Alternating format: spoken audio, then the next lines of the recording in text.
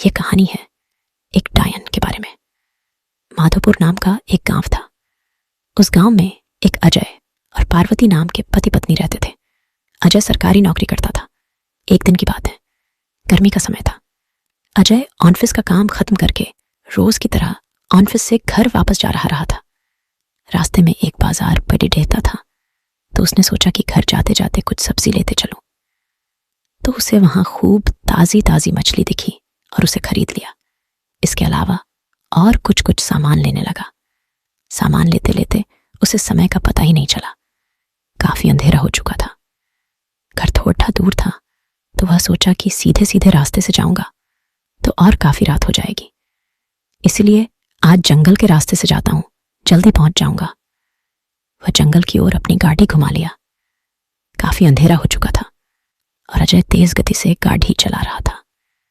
थोड़ी देर बाद उसके गाड़ी के सामने एक औरत आ गई और अजय झटके से ब्रेक मारते हुए गाड़ी को रोका। अजय उस औरत को देखा। वह औरत बरठी सी घूंघट डाल रखी थी और जोर जोर से रो रही थी।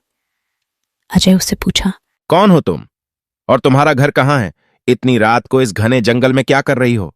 लेकिन वह अजय के कोई भी सवाल का जवाब नहीं दे रही थी और बस रोए जा रही थी। उसके रोने से ऐसा लग रहा था कि पूरा जंगल ही गूंज रहा है। अजय ने सोचा, शायद किसी मजदूर की पत्नी होंगी जो रास्ता भटक गई हैं। रास्ता बहुत ही सुनसान था, इसलिए उसने सोचा कि इस औरत की मदद किया जाए। तुम मेरे साथ मेरे घर चलो, सुबह होते ही तुम्हें तुम्हारे घर छोड़ा दूंगा। वह अजय के साथ घर चलने के लिए तैयार हो गई और गाड़ी के पीछे बैठ गई। रीति रिवाज के कारण उसने अपने सिर पर घूंघट डाल रखा था, जिसकी वजह से उसका चेहरा छुपा हुआ था। काफी रात हो गया था, तो घर पर अजय की पत्नी उसका इंतजार कर रही थी। जैसे ही घर के बाहर गाड़ी की आवाज सुनाई दिया, वैसे ही पार्वती दौड़ डाच कर बाहर आई। उसने अजय के साथ एक औरत को देखा, तो उसने अजय से पूछने लगी, ये कौन है जो तुम्हारे साथ आई है? अजय ने सारी कहानी पार्वती को बताया। पार्वती की तबीयत थोड़ी खराब थी, इसलिए वह खाना नहीं बना पाई थी। तो अजय ने बोला, तुम आराम करो, आज का खाना यही बना देगी। लेकिन पार्वती को उस औरत पर शक हो गया था। उसे लगा, ये कोई साधारण औरत तो लग नहीं रही है। शायद यह कोई चोरनी होगी जो चालाकी से घर का सामान चुराने आई हैं।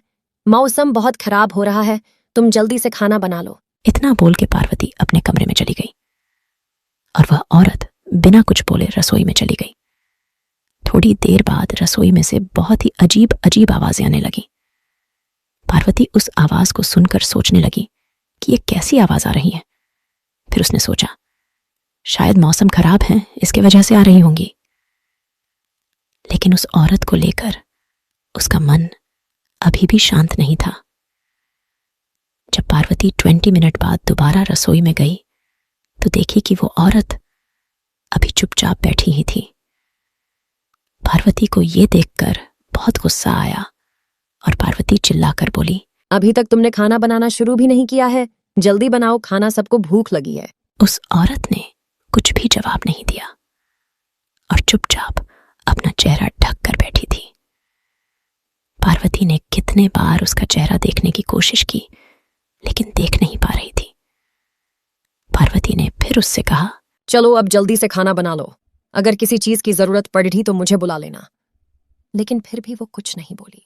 पार्वती को लगा कि शायद ये अनजान लोग से डर रही हैं, इसीलिए नहीं बोल रही हैं। पार्वती रसोई से चली गई, लेकिन जब 10 मिनट बाद वह फिर जब वापस आई, तो रसोई का दृश्य देखकर डर गई। उसके पैर वहीं जम गए और उसके गले से आवाज भी नहीं निकल रही थी। उसने देखा कि वह औरत रसोई घर के बीचों बीच में बैठकर दोनों पैर फैलाकर कच्ची मछलियां खा रही हैं। उसके सिर का घूंघट भी उतरा हुआ था। उसका चेहरा बेहद डरावना था। एक थी डायन। बाल बहुत बड़े बड़े और सफेद थे, नाखून भी बहुत काले थे। वो मछली खाने में इतनी व्यस्त थी कि वो पार्वती को देख ही नहीं रही थी। पार्वती उसे देखकर चिल्लाई नहीं की और ज्यादा अपना खतरनाक रूप ना बना ले। पार्वती ने धीरे से एक थाली उठाई और चूल्हे में जलता हुआ कोयला उठाकर उसके तरफ दौड़कर उस डायन के ऊपर गर्म कोयला फेंक दी। आग की जलन की वजह से वह जोर जोर से चिल्लाने लगी। उसकी आवाज इतनी तेज थी कि उसे सुनकर सारा गांव इकट्ठा हो गया। पार्वती ने उसे आग दिखा दिखाकर अपने घर से बाहर की। वह आग की डर से सीधा जंगल की ओर भाग गई, फिर वापस उस गांव में कभी नहीं आई। मुझे आशा है कि आपको एक थी डायन की कहानी अच्छी लगी होगी। आपको ये कहानी कैसी लगी हमें कमेंट करके जरूर बताएं।